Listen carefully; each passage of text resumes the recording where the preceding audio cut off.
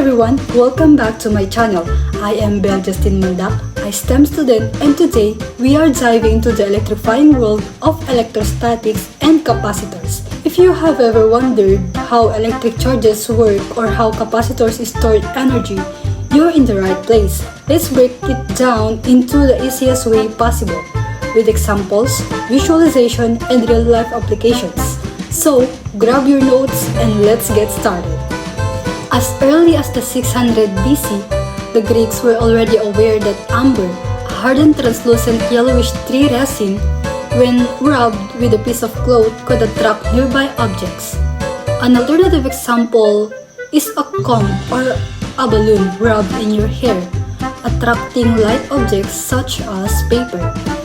Going back in 1600s, William Gilbert, who served as a physician to Queen Elizabeth I of England, found out that many other substances demonstrated the same ability as that of amber when rubbed against another substance. He called these substances electrics and this ability of amber electricity, from the Greek word electron, which means amber. Subsequently, it was shown that some objects acquire the ability to attract small pieces of matter after being rubbed against another object. The object attracted is said to have acquired a charge or become electrified, because the charge is at rest. This is often referred to as static electricity, and so, electrostatics is the study of all phenomena associated with electric charges at rest. To understand electrostatics, the structure of the atom must be first understood. Recall that an atom is made up of subatomic particles, protons, neutrons, and electrons. Protons and neutrons constitute the nucleus of an atom, while electrons orbit an atom's nucleus. The mass of a proton is almost equal to the mass of a neutron. The mass of an electron is very small compared to that of a proton or a neutron. Thus, the mass of an atom is concentrated at the nucleus. In an electrically neutral atom, the number of protons is equal to the number of electrons. In terms of charge, the proton is positively charged, the electron is negatively charged, and the neutron carries no charge. The charge of a proton is equal but opposite to the charge of an electron. The elementary charge, represented by E, is the electric charge carried by a single proton. It is a fundamental physical constant. Thus, a proton has a charge of positive E, while an electron has a charge of negative E. Electrical charges are usually represented by Q. The SI unit of charge is the coulomb, or C, named after the French physicist Charles-Augustin de Coulomb, who made important discoveries in electricity. A coulomb is approximately equal to 6.24 times 10 raised to 18 E.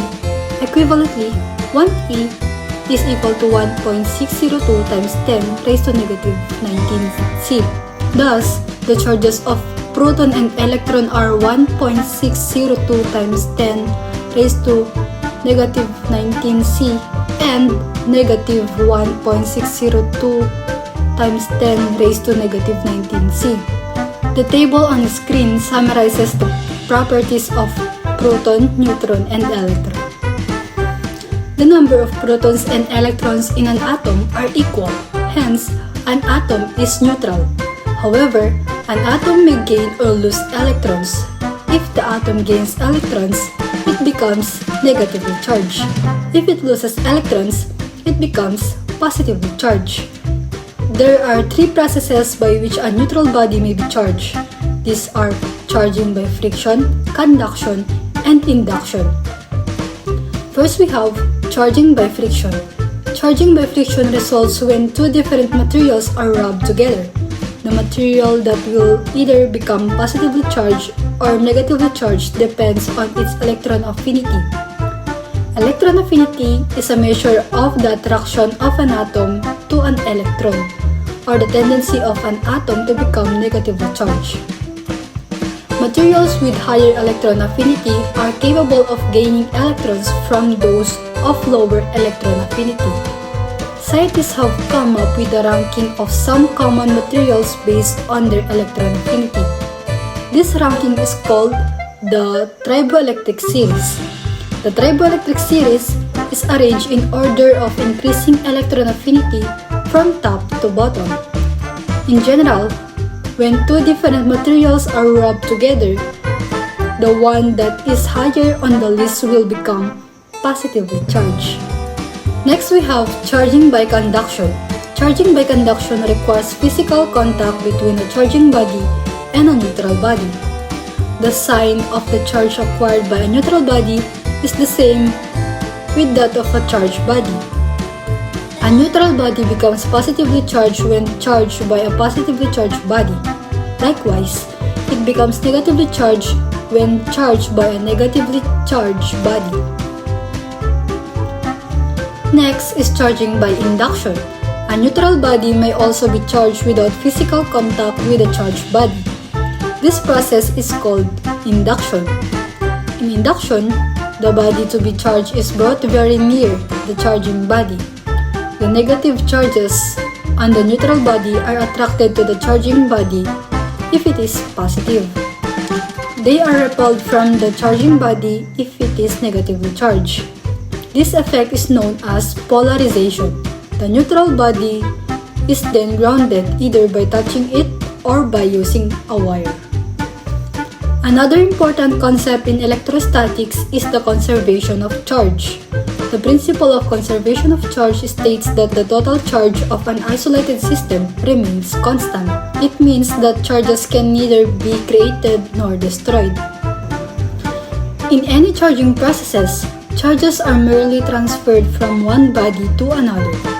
In one of his experiments, Coulomb showed that when a sphere with an initial charge is brought in contact with an identical uncharged sphere, they equally share the total charge.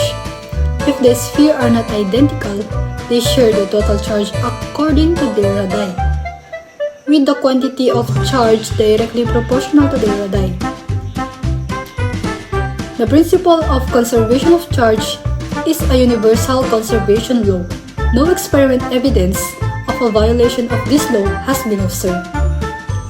Like charges repel and unlike charges attract, but how great is the force of attraction or repulsion between charges?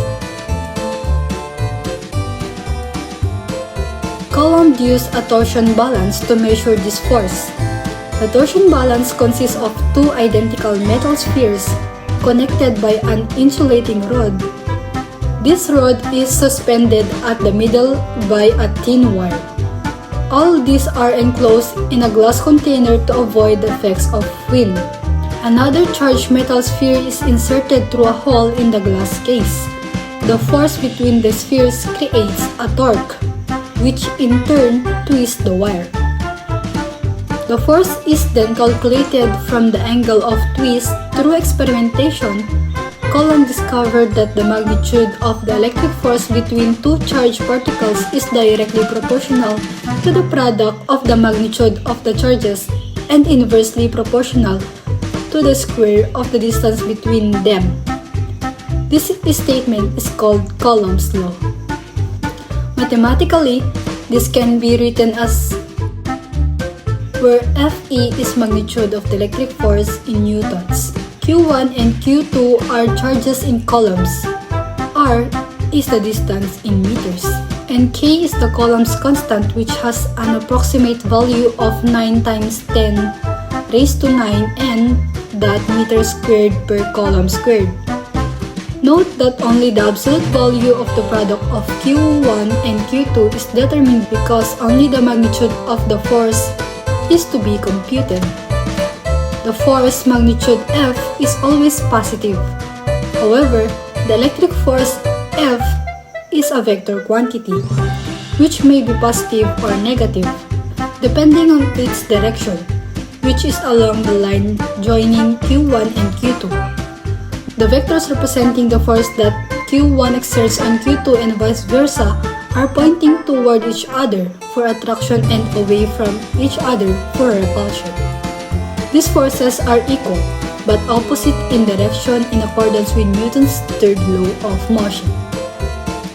Coulomb's law bears a strong resemblance to Newton's law of universal gravitation. Both equations have the same form. Recall that gravitational force Fg between two masses m sub 1 and n sub 2 is given by F sub g equals g, the absolute value of mass 1 and mass 2 over r squared, where g is the universal gravitational constant approximately equal to 6.674 times 10 raised to negative 11 Newton times meter squared per kilogram squared. The following are sample problems for the magnitude of the electric force.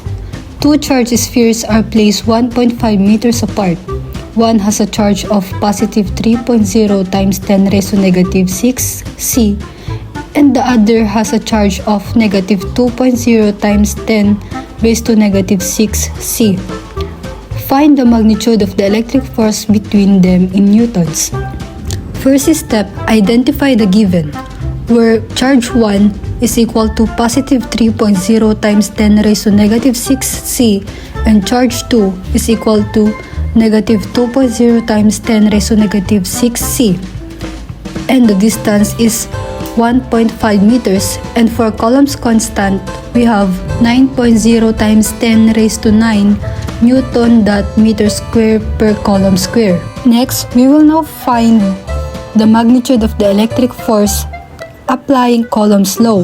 9.0 times 10 raised to 9, the absolute value of 3.0 times 10 raised to negative 6 times negative 2.0 times 10 raised to negative 6 over 1.5 square. We will now multiply the numerator resulting to 6.0 times 10 raised to negative 12 and then calculate the denominator. 1.5 squared is equal to 2.25. Let us now divide the charge and distance. We will get 2.67 times 10 raised to negative 12. Next, multiply it by Coulomb's constant. So, 9.0 times 10 raised to 9 multiplied by 2.67 times 10 raised to negative 12 is equal to 24.0 times 10 raised to negative 3. Thus, the magnitude of the electric force of the two charged spheres are 24.0 times 10 raised to negative 3 Newton. For problem number 2, we have repulsive force. Two small identical spheres carrying charges of positive 5.0 times 10 raised to negative 6 C are placed 2.0 meters apart. Find the magnitude of the electric force between them. First step, identify the given. It states that these are two identical spheres. Thus, Q1 and Q2 has the same charge, which is positive 5.0 times 10 raised to negative 6 C. And for our distance, we have 2.0 meters. And of course, our Coulomb's constant.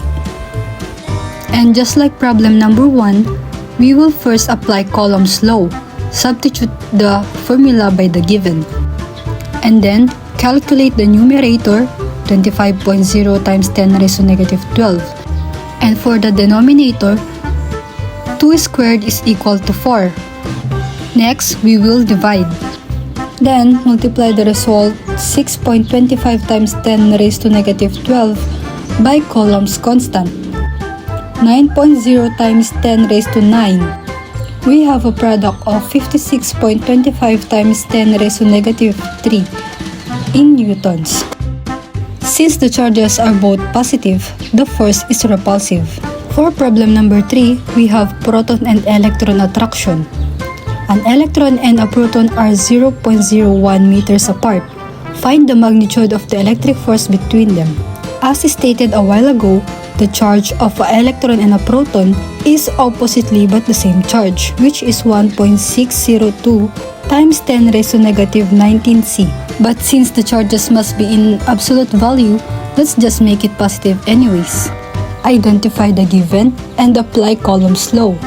And then, calculate the numerator and denominator and then divide.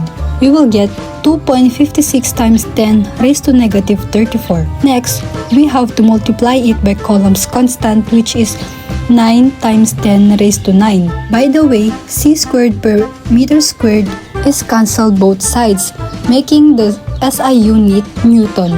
So our magnitude of electric force is 2.3 times 10 raised to negative 24 Newton. And since the charges are opposite, the force is attractive. Next topic, electric field. Electric force is a non-contact force. An electric charge Q can exert force on other charged object even though they are not at the same distance away. The space surrounding a charged body is called an electric field. An electric field causes any charged particle placed in it to experience an electric force. Every charge has an electric field associated with it. Electric lines of force. Michael Faraday, an English scientist who made important discoveries in electricity and magnetism, introduced the use of electric lines of force to map out an electric field. Lines of force have the following properties. Line of force start from positively charged particles and end on negatively charged particles, or continue toward infinity. Second, lines of force neither intersect nor break as they pass from one charge to another. The greater the number of lines of force, the stronger the electric field. The neutral point is the point where no lines of force pass. The electric field is zero at the neutral point. Thus, neutral points are points where the resultant field is subtractive. This figure shows the three properties of electric lines of force. A is isolated positive charge, while B is isolated negative charge. C, one positive charge and one negative charge. And D is two positive charge shown with neutral point. Thus, the magnitude of the electric field due to the point charge is E equal to F sub E over Q sub 0 equal to K absolute value of Q over R raised to 2. It follows that E has the unit of Newton per coulomb. Like electric force, electric field is also a vector quantity and has the same direction as the electric force on a positive charge placed at a point. Here are some sample problems of finding the electric field of a point charge. For problem number 1, a positive 2.0 times 10 raised to negative C charge creates an electric field at a point 0.4 meters away. We need to find the magnitude of the electric field at that point. Step 1. Identify the given values. For Coulomb's constant, K is equal to 9 times 10 raised to 9 n.m squared per c squared. For charge, we have 2.0 times 10 raised to negative 6c. And for distance, we have 0.4 meters. Step 2. Use the electric field formula. The formula for the electric field due to point charge is E is equal to K absolute value of Q over R square. And then, substitute the given values. Step 4. Perform calculations. Square the distance and divide charge by squared distance, resulting to 1.25 times 10 raised to negative 5 coulomb per meter square. Our final answer is electric field is equal to 1.125 times 10 raised to negative 5 Newton per coulomb. Try to solve problem number 2. Electric field of another point charge. A 5 times 10 raised to negative 3 C charge generates an electric field at a point 1.0 meter away. We need to determine the electric field at that point.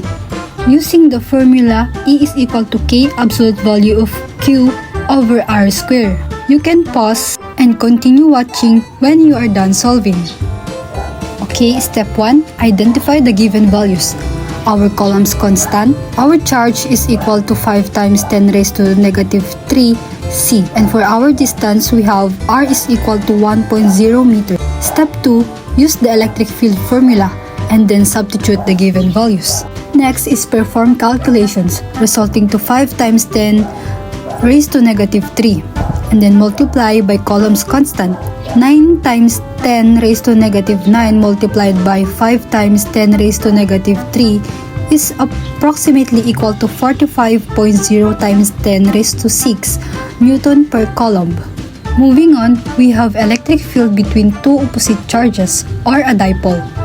Two opposite charges, Q1 is equal to positive 4.5 times 10 raised to negative 6C and Q2 equal to negative 4.5 times 10 raised to negative 6C are separated by 6.4 times 10 raised to negative 2 meters. We need to find the electric field at the midpoint between them. Step 1. Identify the given values.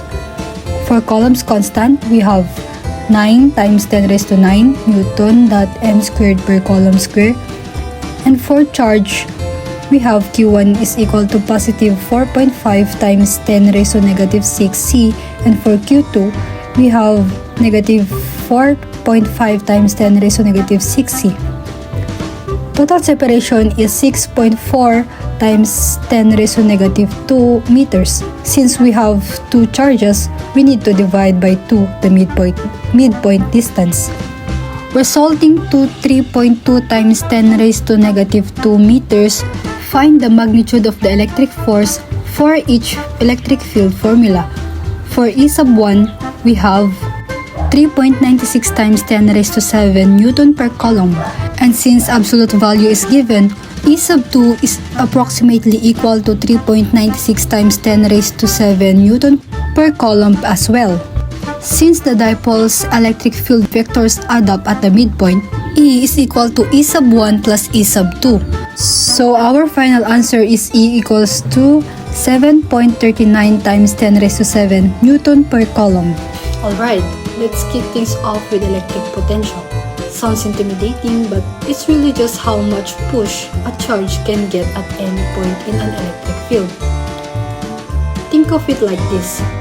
If electric charges were people, electric potential would be how much energy they have to move around. In fact, the unit of electric potential is the volt, V, named after Alessandro Volta. Yes, the guy responsible for the battery that keeps your phone alive. And for the formula of electric potential, we have V is equal to U over Q. It's basically how much energy, U, is stored per unit charge. 1 volt is just 1 joule per coulomb. It's like measuring how much work each tiny charge can do. Now, what if we're dealing with a single charge?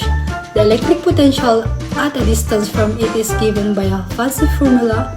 V is equal to KQ over R. Let's break it down. K is Coulomb's constant, Q is the charge causing all the actions, and R is the distance from the charge. Okay, here's where things get spicy. Potential difference, also known as voltage. This is just the difference in electric potential between 2 points. It's like the difference in water levels that makes a waterfall flow. Without a difference, nothing moves. It tells us how much energy is needed to move a charge from point A to point B. No difference, no movement, kind of like trying to roll a ball on a flat surface. Let's dive a bit deeper. Here are the 3 keys to remember about potential difference. It is measured in volts, V, and 1 volt equals 1 joule per coulomb. It tells us how much energy is needed to move a unit charge. If a charge moves toward lower potential, the system is doing positive work, kind of like sliding downhill. Voltage and electric fields are BFFs. The potential difference between 2 points depends on the electric field along the way. So, voltage is all about pushing charges around, and the bigger the difference, the stronger the push. Here comes the formula. Delta V is equal to V sub A minus V sub B. It's super simple. Just subtract the potential at point B from point A. Here are power coupled, electric field E, and potential difference V. Their relationship is given by E is equal to delta over D. The electric field strength is the voltage difference divided by the distance. Here is an sample problem. A charge of positive 3.0 microcoulomb is placed at the origin at a distance of 0.5 meters from the charge. Calculate the electric potential V. Find the potential difference between points located at 0.5 meters and 1.0 meters from the charge. The given data is positive 3.0 microcoulomb must be converted to coulomb. So, to make that, we just have to multiply it by 1 times 10 raised to negative 6C. So, our charge now is 3.0 times 10 raised to negative 6C. And for our distance at first point, we have 0.5 meter. And our distance for second point, we have 1.0 meter. And for coulomb's constant, we have 9 times 10 raised to 9 Newton dot m squared per c squared. For problem letter A, calculate the electric potential. First, use the formula of electric potential due to a point charge. V is equal to kq over r, and then substitute the given values for kq and r sub 1. The answer for V1 is 5.4 times 10 raised to 4 voltage. And for V2, we have 2.7 times 10 raised to 4 voltage. And for our potential difference, we will just subtract potential difference 2 minus potential difference 1. So, our final answer for potential difference would be 2.7 times 10 raised to 4 voltage. Next, we move on to capacitors. One important element in an electric circuit is a capacitor. A capacitor is a device for storing charges. The standard symbol for a capacitor are shown on the right side of the screen. There are several types of capacitors. One of the simplest types of capacitors consists of two equally but oppositely charged parallel conducting plates separated from each other by a thin sheet of insulating material or dielectric. Capacitance is the ability of a capacitor to store charges. The capacitance C of a capacitor is mathematically defined as the ratio of the amount of charge Q in one plate to the potential difference V between the plates. In symbols, C is equal to Q over V, where C is the capacitance, Q is the charge stored, and V is the voltage across the plates. The SI unit of capacitance is the farad, named after Michael Faraday. Note that 1 farad is equal to 1 coulomb per volt. When connected to a source of a charge, such as a battery, the positive terminal of the source removes electrons from the plate connected to it and transfers them to the other plate. As a result, two plates are equally but oppositely charged. A capacitor is usually named after a dielectric material used. Common dielectric materials used in a capacitor are mica, glass, air, ceramic, and paper. Here is a sample problem for potential difference, electric field, and capacitance involved.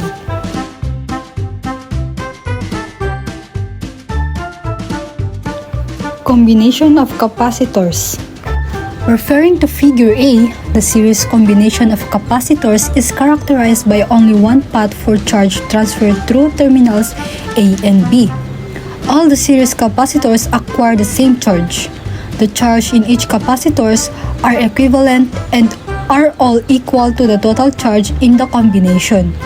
But because they have different capacities, the potential difference between the plates of the capacitor are different. For parallel capacitors, there are several paths for the transfer of charges through the voltage terminals A and B. Since the capacitors are connected to the same terminals A and B, the potential difference between their plates are equivalent and are equal to total voltage. Here are the summary for the charge, potential difference, and capacitance for series. Here is sample problem 1 for series. Capacitors 8 microfarad, 12 microfarad, and 24 microfarad are connected in series. If the total voltage applied is 12 volts, find A. Total capacitance, B.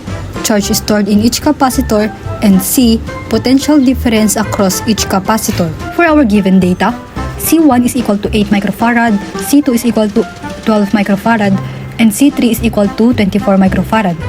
For our total voltage, we have 12V. Step 1. Find the total capacitance. Since the capacitors are in series, the total capacitance is calculated using 1 over C total is equal to 1 over C sub 1 plus 1 over C sub 2 plus 1 over C sub 3. Therefore, we will now substitute and then convert into decimal. For our first capacitor, 1 over 8 is equal to 0.125 over microfarad plus 1 over 12 is approximately equal to 0.0833 over microfarad plus 0.0417 over microfarad, and then add, so we will have 0.25 over microfarad.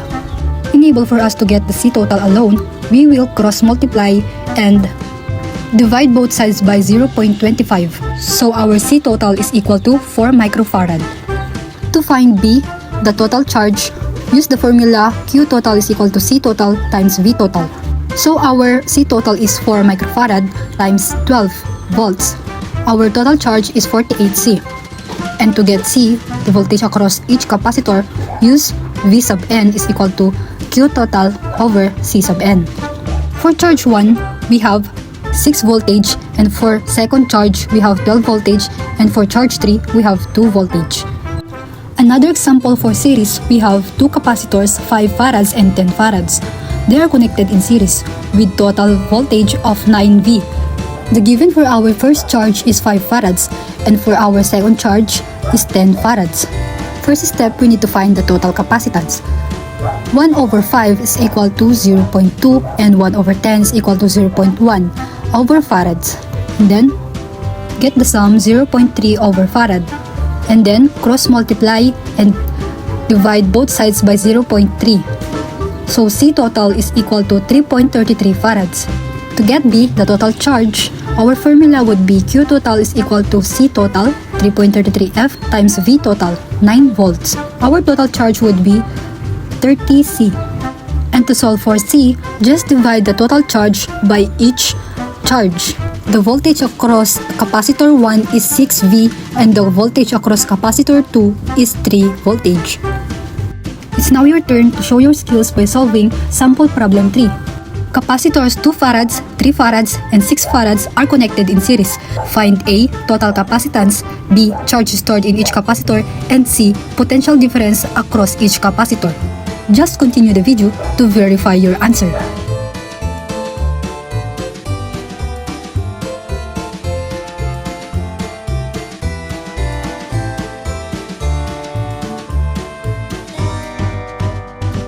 Here are the summary of charge, potential difference, and capacitance for capacitors in parallel. In a parallel connection, each capacitor experiences the same voltage across its terminals, as they are all directly connected to the same 2 points. However, the charge is split among the capacitors depending on their individual capacitance.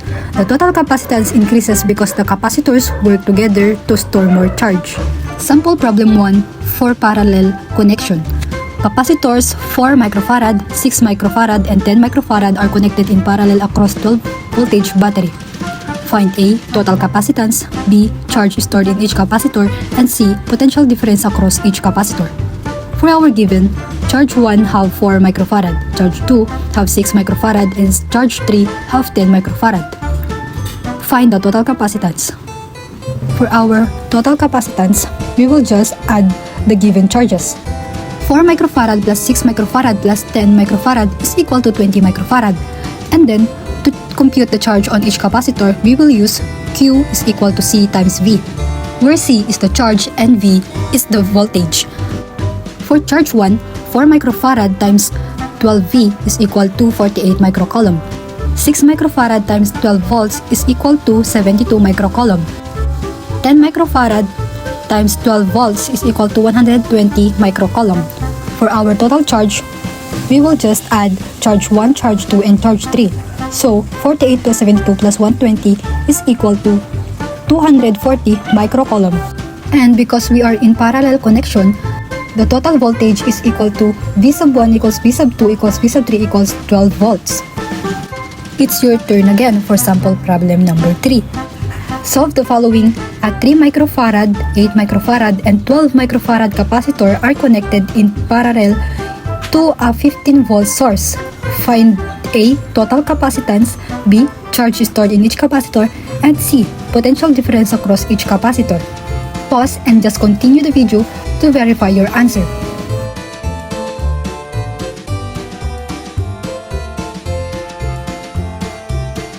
And that's a wrap. Now, you know how electrostatics and capacitors work. If you found this helpful, give this video a thumbs up and subscribe for more science content. Comment below with any questions or other physics topics you'd like me to cover next. Thanks for watching and see you in the next video.